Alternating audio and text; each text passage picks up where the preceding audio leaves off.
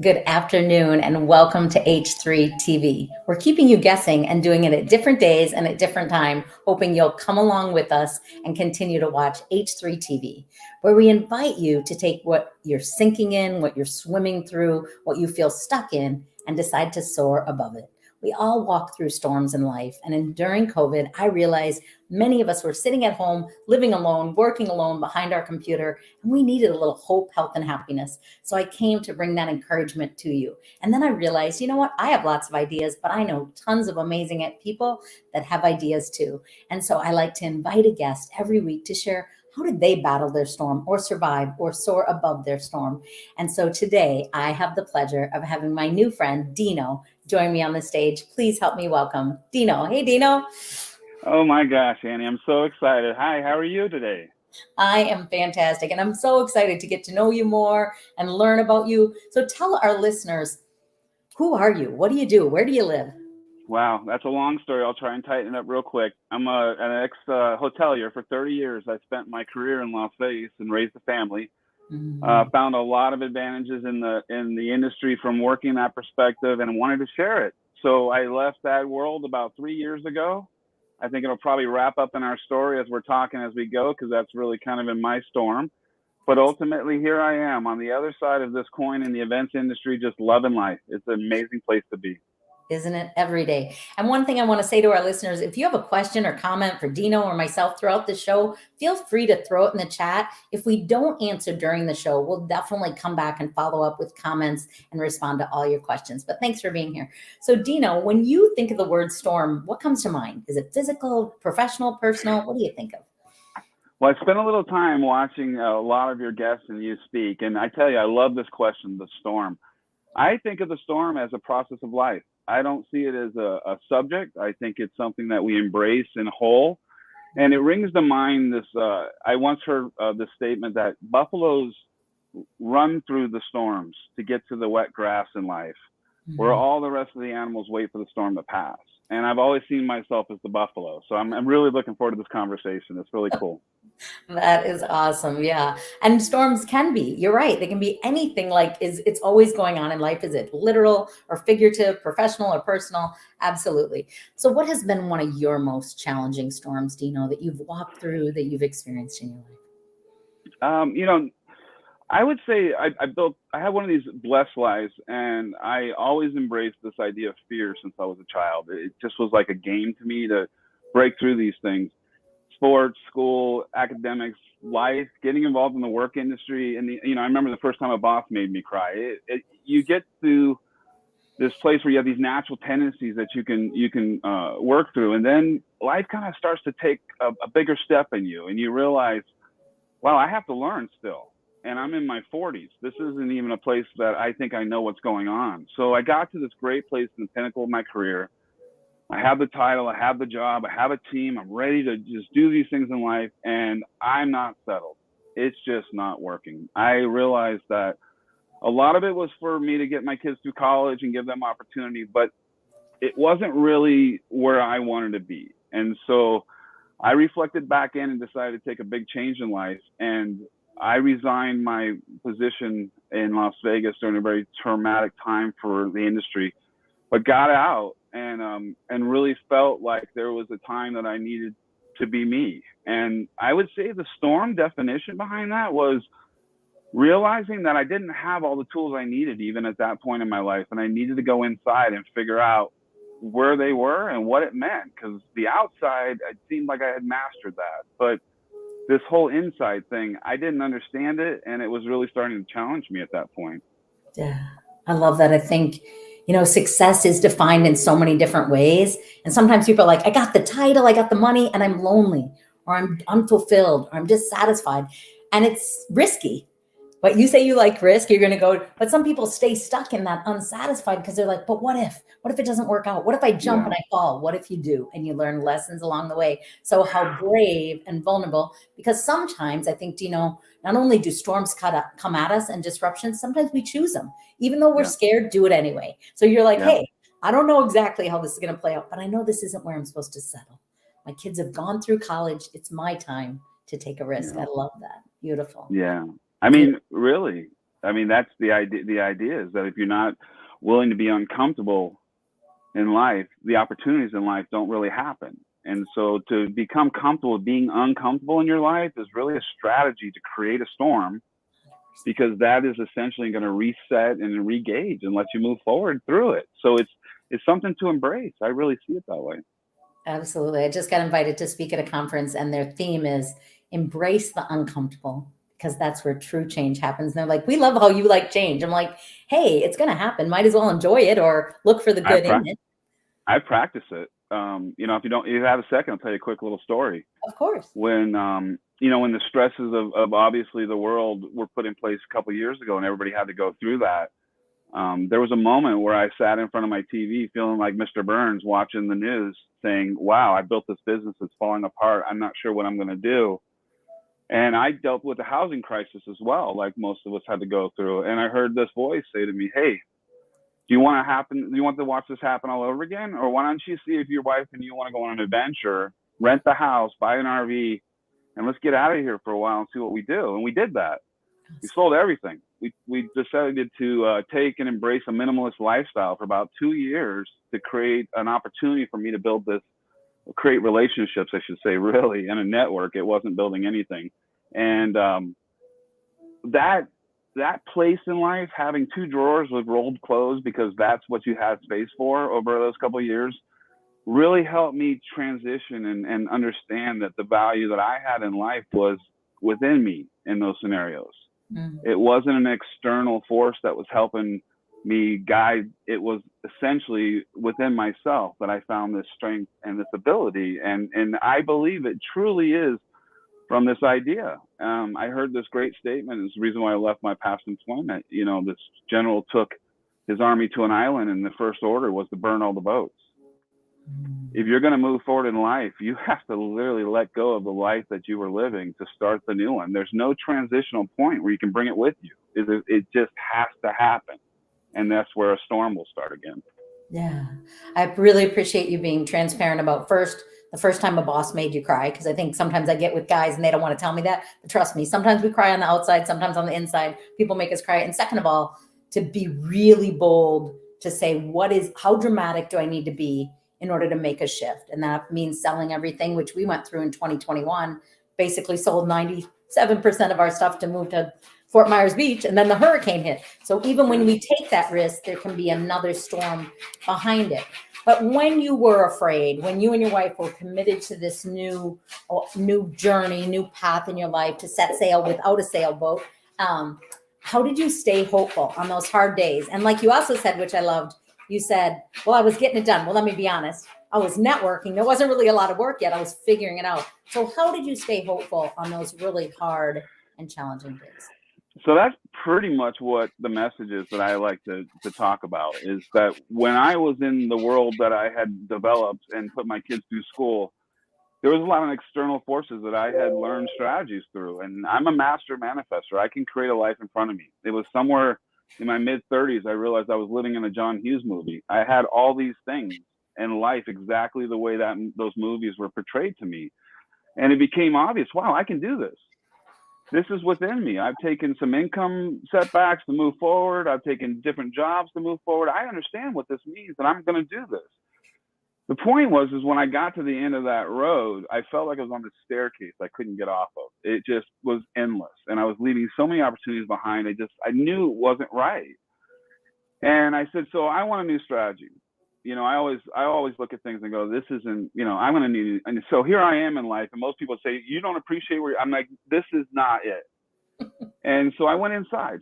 I decided at the gym one night that I wanted to become a professional at human nature.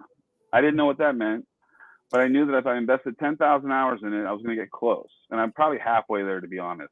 Nice. And I started leveraging my time. Instead of listening to music or watching TV at the gym, I listened to books. And I trained my brain, because I'm dyslexic as well. And I have this ability to see and hear pictures and patterns differently than most can. So when I read books, I fall asleep. But when I listen to books, I can hear the information and process it. Plus, I find it efficient. I can do it when I'm driving or flying or anywhere. So I get into these study habits. Well, I dived in deep. And I realized halfway in, there was this message I was hearing over and over and over again, that You have the ability within you to find your own stability. It's not around you. That's the illusion. And so I really bid on that, and I developed a practice, and I center myself every morning. I have a true belief that humans, for some reason, we forget at night when we wake up in the morning who we are. Yes. My wife wakes up in the birds and the bees, and she has to realize where life is, that there's traction points. I wake up on the racetrack, and I have to remind myself that there's more than that. And so I have this morning routine that I use for myself first, because I believe if you don't give to yourself first, you're going to give yourself to everybody else after that, and you'll never find time. Yes. And I didn't understand what that meant until I started doing it. But instead of sitting around drinking a cup of coffee and staring at the sky, I meditate. And I started about 7 years ago. I had this great group of people that got me into it, and I found my way. And that's why I say to everybody, there is no right way. There's your way. I created a basis that I could start from, and I just grew from that over 7 years. And I can tell you, every morning is like going to this great Netflix show that you always watch, and it's just evolving and evolving. I couldn't be without it. And so you realize that now you have a relationship with whatever this is, and there's a need for this translation. And it dawned on me that there's an energy that we're really working with. And by the time I got through with it, the analogy went from a staircase to the rings in a tree. The truth is, our life feels to me like you cut a tree and look at the rings in the tree. You're always in the right place at the right time. You don't really have to worry about getting anywhere. Mm-hmm. And when I realized that, I found this comfort, and I understood. The storms are like the rings growing around the middle, but you're never off course. And if you're never off course, then you can really trust it. And then in that place, that's where the fun starts, my friends. I literally have gone through this amazing life. I could tell you stories for hours over. But looking back on it, I could tell you one thing's always happened. I've gotten to what I've seen in my head. And so that's where I'm at right now in this life. It's a work in progress. I'm not even close to this journey. I'm just touching the beginning of it. And like I said earlier, I went through this idea of building a business to actually creating a community that I'm a part of. Mm-hmm. And that's where I was on the other side. I see what we're doing out here, Annie, like being in a building without walls. And we have to spend the first part of our career out here just letting people get to know who we are until this place where we become a part of the industry again. Yeah. And when I was on the other side after 25 years, I shared a lot in workshops with people that I work with and my teams and my employees. And I just feel it's a part of our life to give into that scenario. And so this is where I'm at. That's why I see it that way. So I love that. Part of what you said is, which I'm a huge opponent of, is routine is how a piece of how you stay hopeful is a routine. And you have figured out what works for you and what's beautiful. You also said, which I'm such a opponent of and cheerleader for, a lot of times in our life for a variety of reasons, sometimes because we feel like we need to for our children or for our spouse or just for status, we're chasing success. And one day we wake up, whether it's at the gym or in our bed or whatever, and we realize, I don't want to chase success anymore. I want to chase significance. I don't want to live for fulfillment. I want to live for legacy. When I leave the room, and I always say, when I do a presentation on legacy, and I always say, when you think about legacy, a lot of people think about, what about after I die? And I said, legacy happens every day. When I leave this room, how did I make people feel? When I leave this call, when I leave this interview, how did I leave people? And I think that's what you're saying, Dino, is I woke up to realizing my life was about this circle of wisdom and experience, and how I will use that first to be grounded, but the second to pour out. And so what I would love to move into is, how did you stay healthy, Dino? So you talked about meditation, but do you have 3 to 5 things that are kind of non-negotiables in your day? You said meditation, but what else do you do? Because when storms come, disruptions, chosen or at us, we need some rhythm and routine. And I bet you have a few different things you do. So what is something you can tell someone that's listening right now that's saying, Dino, you don't understand, man. I am disrupted. I'm unsettled. I want you to tell them, what wisdom can you pour into that listener? Absolutely. As humans, we set kind of a temperature gauge of our lives and where we want to see it. And so we have to be honest with who we are ultimately about what our expectations are. And, I've gone through these places over the last week or so where I've actually analyzed, like, what's too high. And that's really interesting when you think about life, because we're always trying to get somewhere. But when you think about what's too much, it starts to settle you back into this place where you're in a temperature that you agree to, or maybe you need to turn it up a little bit and change some of the things around you. I also fall into these and these analogies that I use that help me settle myself, because I believe every day we forget our purpose and we have to reset that. Once you reset it, you can reuse it during the rest of the day. I have this analogy I use of the hourglass, and that, you can't live too high in the etherical world. You can't live too low in the other world. In the middle, that mustard seed is really the focal point of flow. Mm. I also take out the elements of good and bad. I don't think there's any such thing. I think it's light. You either invest yourself in a brighter white light or a darker light, and all of it's fine and good. The outcomes are what you're really looking at. And if you live in a gray life, it's not a bad life. There's a lot of reasons to feel good about this day and what you're in and the things you have to do. But don't expect the other stuff to grow later on. It's not going to be there. It's still going to be a job for you. It's still going to be a paycheck every week. You have to create a circumstance that changes that if you want it to change too. And ultimately, I say to myself, whenever I'm challenged, life is happening for me, not to me. And I'll tell you a little story. The other day, my wife and I were up in Reno. We live about 40 minutes south of Reno with farmers and cowboys in this land. It's such a different world than Vegas. It's so fun. Okay. But when we get up there, it's like, a different world to us now, because we're not really in a city. And her car overheated and the radiator cracked. Mm. And her first instinct, like most of us, is, oh my God, what are we going to, it's this huge thing. And I looked at her and I said, honey, what if this had happened where we live? Then we would have had a bigger problem. Thank gosh it happened right now. And gratitude is literally the vehicle, my friends. I live by it every day. If I can switch into this is happening for me and gratitude, that is the biggest step I use every day, because it isn't always comfortable. Sometimes somebody's yelling at you, or your family's looking at you a certain way, or life isn't digesting the way you are. But if you were to say to yourself, hey, this happened to me. I broke my laptop on the road and I didn't have a backup, and I had 3 presentations that day. But I say, this is happening for me. And that day I learned how to do them on my phone. Mm-hmm. And so now I realize it was a growth step for me to be on the road, that I didn't need a laptop. I could use a phone. And so you can see these things now as advantages in the idea of the overall place you're trying to get to. So there's a lot of ways to digest. The strongest place is set a beginning in the day, be able to go back to it in certain ways that you see your life, establish this base of ownership of who and how you feel, release all of the stress of these things that make you feel fearful, because that's creating the terrible chemicals inside of you that aren't working for you, and you're losing your creativity and your abilities. So let's talk about release, because a big part of release is finding happiness or laughter or humor. So how do you, first you're talking how about do I release? Talking about routine and meditation, but how do you really, where do you find your laughter that keeps us alive? Because I do believe laughter is medicine, and we need laughter to laugh at ourselves, laugh at other people, laugh at life, right? So where do you find that laughter, Dino, and how do you bring that laughter into the world in the challenging phase? I'm not going to say hard either. I think they're challenges. No, but I'm going to be honest with you. I communicate through compassion. Love to me is kind of a mystery. I involve people in my life like that. My wife is my sunshine. She is my beacon of understanding I'm too serious and I need to relax. I remember my father, his biggest strength was he loved to play. Before he passed, it was just an obvious thing to me that I wasn't playing. This is a learning step for me, Annie. I think you picked it up in the conversation. I tend to find my directions, and they need to be also adjusted by friends that look at me. I love shows at night. I go out in the evening, and we've converted my garage into this place of happiness and wonderful outdoorness. And we play with our goat. We have a goat, our dogs, and they have chickens. And I ride these little ATVs around when I want to get out there. They're like riding bikes when you're 8 years old. I really believe you should.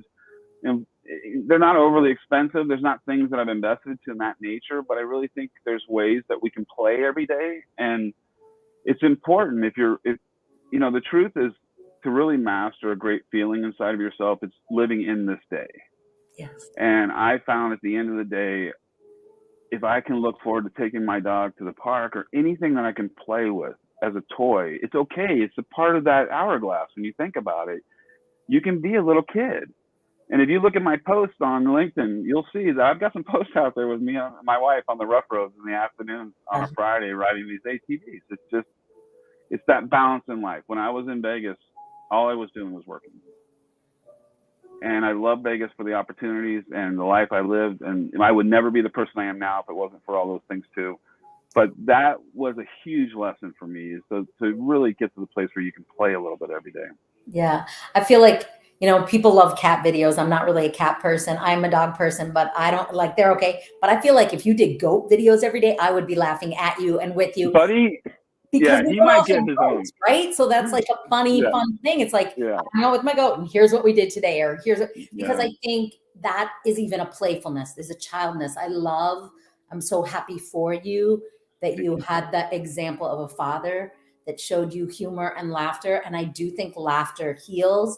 And I think when we let down a little bit and we can laugh at ourselves and be like, oh my gosh, I screwed up again. Oh my gosh, I'm cleaning up poop again. This is my Friday. What are you doing? Here's my happy hour. But I think there's such a gift inside of that. And earlier you were talking about how you get up in the morning, and people joke with me, like, what's it like to live with you? Like, what's it like for your husband? And I'm like, well, I get up super early. So last night I slept 4 hours. I was up at 4 a.m. wide awake, starting to do work because my brain goes like that. And I'm like, living with me is like, I get up and go, good morning, honey. What are your goals for the day? And he's like, to get you out of the bedroom so I can go back to sleep. And I'm like, come on. He's like, oh, I'm not right. kidding. Yeah. Like, I think but I've learned I'm driven and I'm goal oriented, but I love laughter. I love laughter. I love laughing at people. I love laughing at myself. I love going to comedy, anything, because life can be serious, especially if we're highly driven and focus is hard for us, or dyslexia, we see things different than other people, and humor is different, right? But I love such a healing thing when we're going through hard stuff. And so one thing I want to know, is like, when we look back, you jumped, you didn't tiptoe, you jumped, into this storm by choice, but also with eyes wide open, but also naivety, because we don't know what the future brings. What are some of the lessons you've learned since you made this decision? And what do you want to teach listeners that are on their edge? They're miserable at their jobs. They're exhausted. Yeah. They're midlife and they're feeling stuck. What lessons can you bestow on us? Well, you mentioned a moment ago, and I think it's the biggest thing, is just becoming comfortable with self, realizing that there is a relationship that you have. I could dive into this for hours, and I'll spend any time with anybody that wants to talk about it outside of this discussion. But the truth is, when I started realizing that I was relating within myself too, I was able to release people around me from being a part of the equation. And that's really strong when you're trying to do things for yourself that are fearful, because most of us want to bring our community with us, and the community doesn't want to go.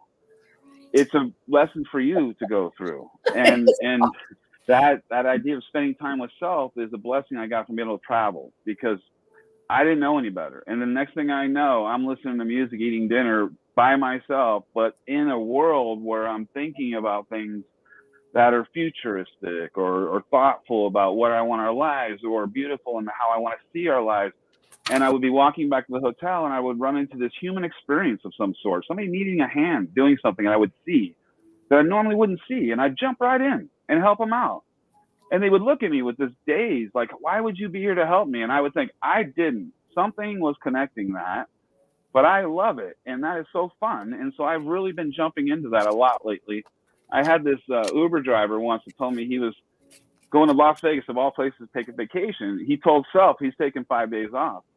And I said, well, holy crap, self always makes me work so hard. What do you mean self's giving you 5 days off? And he said, yeah. I said, hey, self, I've been working hard. I deserve some time away. And it really brought the fact to me that I have a relationship with self, and I need to also be kind to myself and say, hey, this is what's going on. And find that reality around you that's not in the John Hughes movie.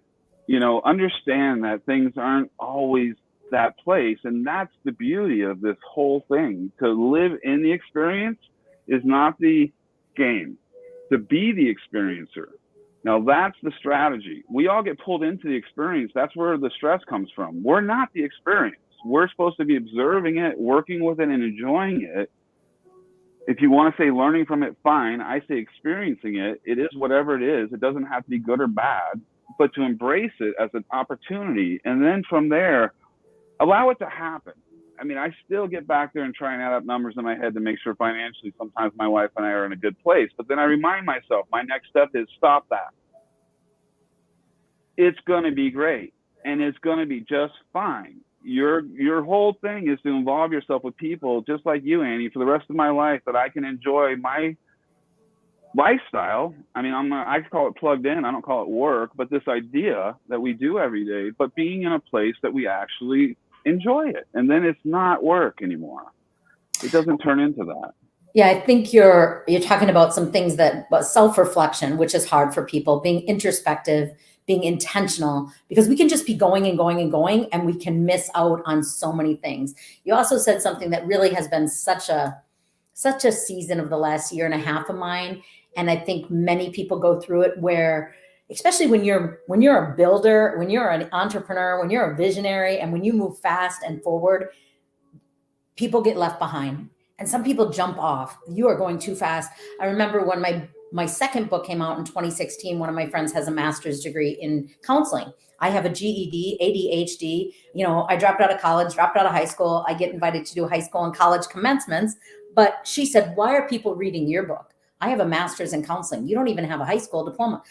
And she got mad. And she was a friend for 30 years. And my husband said, it's hard for people to watch you go, because nothing will stop you. You have a vision of the lives you're going to impact, and you feel a call like you, Dino. And not everybody can be part of that. And over the years, there's sometimes people that can't go with you. And it used to make me so sad. And I look back and it's like, it's okay. I can just look back with love, send that to them, and keep moving forward. And he said, it's not because of you, it's because of they're in their place. And for you to jump out of a hamster wheel that doesn't fit you anymore, and them too afraid to jump out. We either make every decision, I think, by love or fear. And I think you're saying, I love myself enough to envision a greater life than where I am. And I judge nobody for staying in that life, but it's not my life. So I love that when people have that time to self-reflect, it helps us to like ourselves and to become a better version of ourselves, right? We're always growing. So the next question I want to ask you about is there anything, do you know, when you look back at that time when you're like, okay, I'm ready to jump. It's my time. I gotta go. I'm going to die if I stay here, which I watch people slowly die. What do you wish you would have known then that you didn't know yet? Is there anything? Wow. That's amazing. That's an amazing question. When I left, when I got involved in what I was doing and made the decision, I had a big community around me, a big spiritual community in Las Vegas. And I didn't realize I depended on them so much. And when I left and went up to Northern Nevada, I didn't have that around me anymore. And it was uncomfortable for me. I wish I had trusted that process a little more, because now I realize, looking back on it, there was a purpose behind all that too. And I never became resentful. I was questioning, but I think the questions also offered some more. So it was just a time for me. I'm really, if I could say this, because it's hard for me to say this out loud, I'm not the type of person, but I'm really proud of how I handled that transition. There wasn't much about it to me, looking back, where I could say to you that I wish I'd done this, I wish I'd done that, because I didn't cause myself any pain during it. I celebrated small wins every day. I saw it as an adventure. I'm blessed. Our kids are raised. They're in their 30s. They do their thing. My wife and I are like a bunch of college kids that we're just out here working and living in life as fast as we can and enjoying it. And to me, I just think there's a special place, like you said, when you were talking about, you being an amazing author and sharing from your perspective. I'm in the same spot. I dealt with that for many years. I could never check the box. I was a college graduate. And even though I'm an executive in my career, I have to go around and talk to HR. This was just demeaning to me all the time.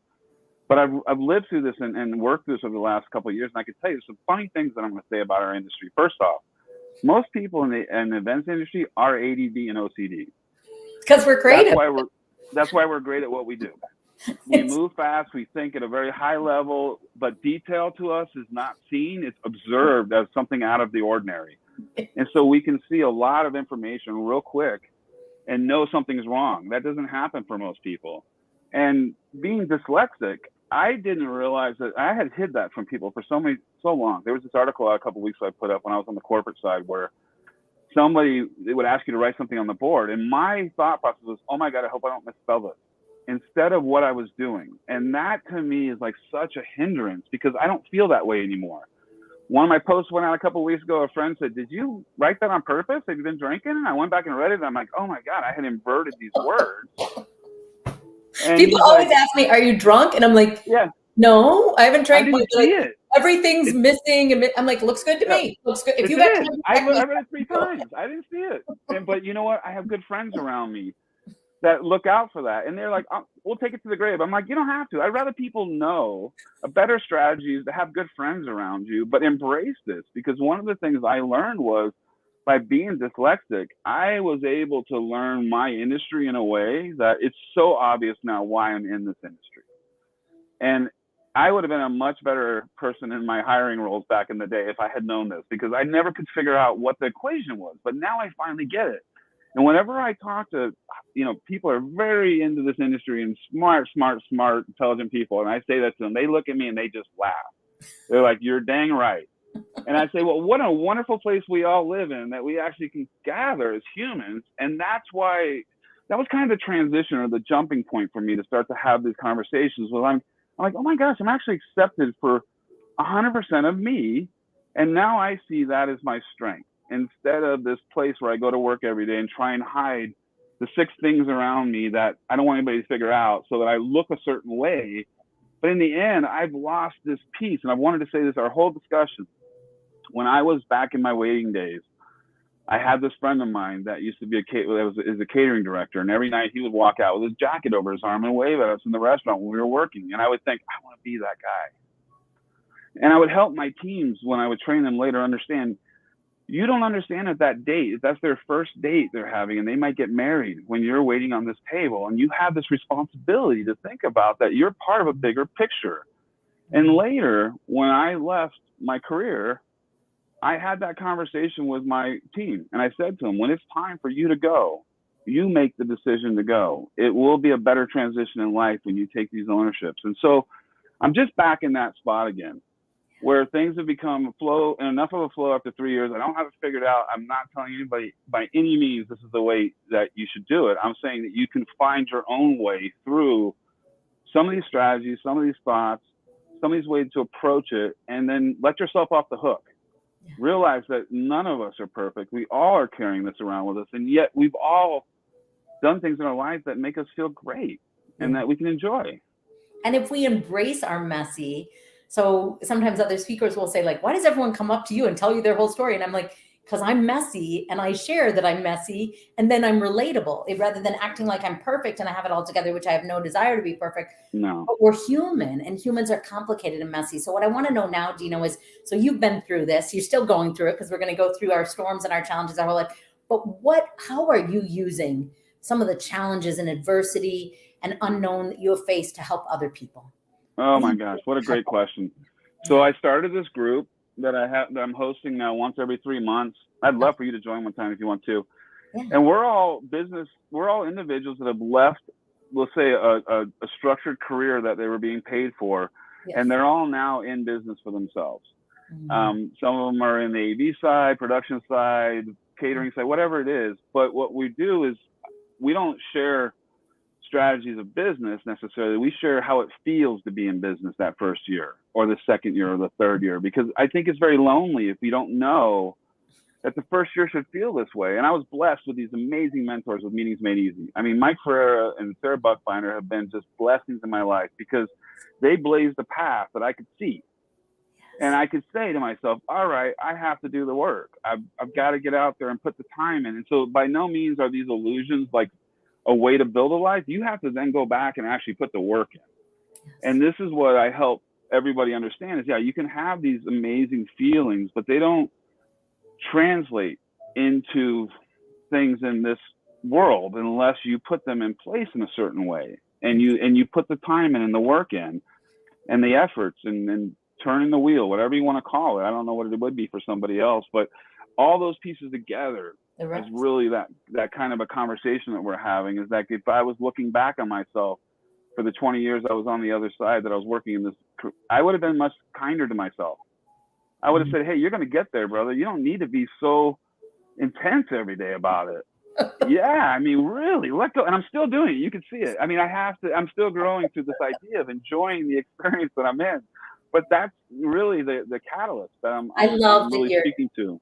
yeah, I love that you're taking it to help new entrepreneurs and new people. And I spent 9 years in the financial corporate world, and Oh, when you come out, you think, oh my gosh, I was working 40, 45 hours a week. And when you become an entrepreneur, you're like, oh my gosh, I wish I worked 45 hours a week, because you can kind of on all the time. You're like, okay, oh, don't you right, for sure. clear that when you work for yourself, and you can take time off, but you won't make any money. You have to work.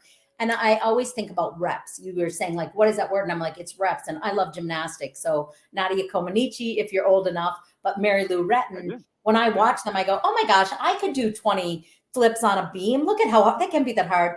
Well, people look at me on the stage and they're like, I want to be like you. How do you do that? And I'm like, it was 10,000 reps. It was 10,000 hours. It was day after day. It was morning to night. It was practicing. It was learning. It was giving. It was failing. It was succeeding. It was connecting. It was asking. It was being self-reflective and saying, what did I do good? What could I have done better? And where did I fall short? Right? It's all of that. So I love that you created this group, and I'd love to hear more about it and be part of it. So now today you look at your life. How are you soaring above it? How are you like, hey, you know what? This is what I do, where I just go, I'm not arrived, but I am above the circumstances of fear. I'm living in joy and transparency. So how are you doing that? How are you soaring in this? Doing this. I've just started to become guests on podcasts. I post a lot through LinkedIn. I do a lot of hotel postings, obviously directed towards the business that I'm in, and supporting my clients through their sourcing, contracting, site selection. It's my passion and my love, because I get to take everything I've done for 30 years and put it into that. And my clients, they just can't believe it. And obviously, being a human nature buff like I am, it gives me a lot of advantage to the idea of how the industry works and really seeing it from that level.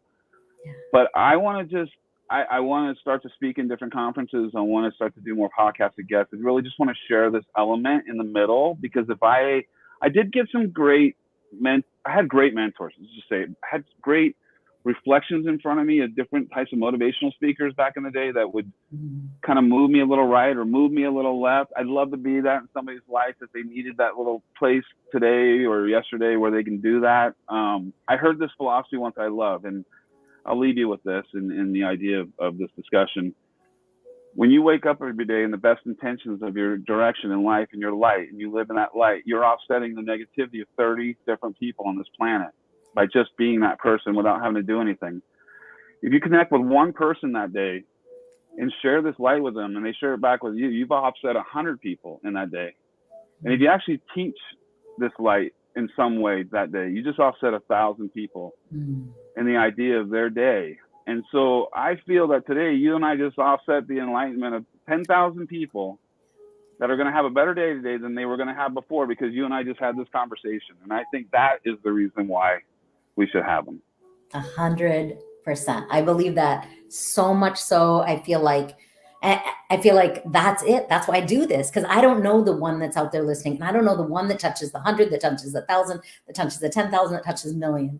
But I know that if we are given one day and we do one thing to spread love and kindness, that is why we're created, right? You won't believe it. You won't believe it. I have people say it to me all the time, Dino, when I see your post and you're doing this, it makes me feel good. Yes. Why? Because we're connecting that way. My brother said it the other day, like you said, family members and people that follow. My brother and I haven't been communicative on a regular basis for a while, but he said to me the other day, Dino, you don't understand what it means to me to see you out in the world in your posts and doing what you're doing for people, because this makes me feel like I have a reason to do what I do every day. And so that's what I want to share with the audience. Again, it's like the manager that I remember I told you about in the day with his coat over his arm.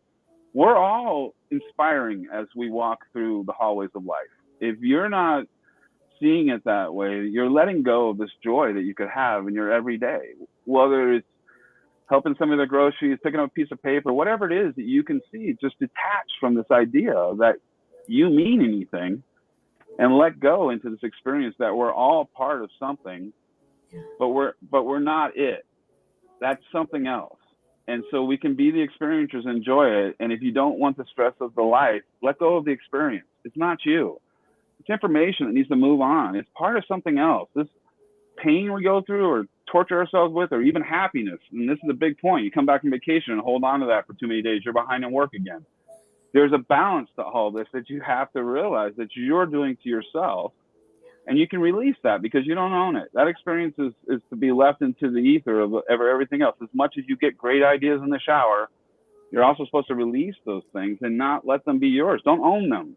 Yeah. That's your pain that you're really in there. So, I've let all that out. So every day it feels like this idea of there's a flow in and out of me, a flow. And I get that same stress and pressure that everybody else does, but then I flow it back out again because I realize there's supposed to be motion in that ocean somehow. Motion in the ocean. I always say, be aware of it. Don't let it define you. And so, Dino, we're kind of wrapping up here. Is there any last thought, lesson, story, message that you want to tell the listeners? We know people are jumping on and off, and we know people are busy, but we also know people will sit and they need to be poured into. And exactly as you say, light, I say, who do I get to love and fill today? And so is there any closing thoughts that you have for our listeners today? Yeah, I'll leave you with this. There was a time in my life where I didn't feel hope. I thought that hope was left for the people that it was for. I felt I was stuck in a place that was supposed to be. And I was given this great piece of advice. You can change, but just make a 1% change every day. The rest of it will never stick. And if you can hold yourself accountable for that change, whatever that is in yourself, I can tell you, looking back after 25 years, it made a huge difference. It wasn't going to pay my bills the first month or the second or the third year. But when you do that, you're taking a responsibility for your place here, and you will start to evolve from it, and it will take you somewhere you can't stop. And so if you're looking for a way to get going and you're not quite sure, think about the one thing today you did that you wish you hadn't, and tomorrow don't do that, and start from there. Nice. I like it. Well, I so appreciate you being here, and I know our listeners do. And you did throw in there, if anyone wants to continue the conversation or get to know you or know about your group more, what is the best way for them to do that? I know you're open to meeting people and connecting and communicating. So what's the best way for them to connect? I'm a huge fan of LinkedIn, my friends. I believe it is where our business and events industry is. And so LinkedIn is the best way to get hold of me. Yeah. I am here to discuss this conversation with anybody. I would never charge $1 for this conversation. I believe that this is something that should be given for just the sake of the idea of sharing, and God bless the world. It's been a great time talking to you, Annie. Oh, Dino, been so great talking to you. And thank you to our listeners. Remember, you can always leave questions, comments, LinkedIn, Facebook, or YouTube. You can subscribe. But Dino and I are happy to encourage and serve you on your journey. So thanks for listening, and we'll see you next week. Take care.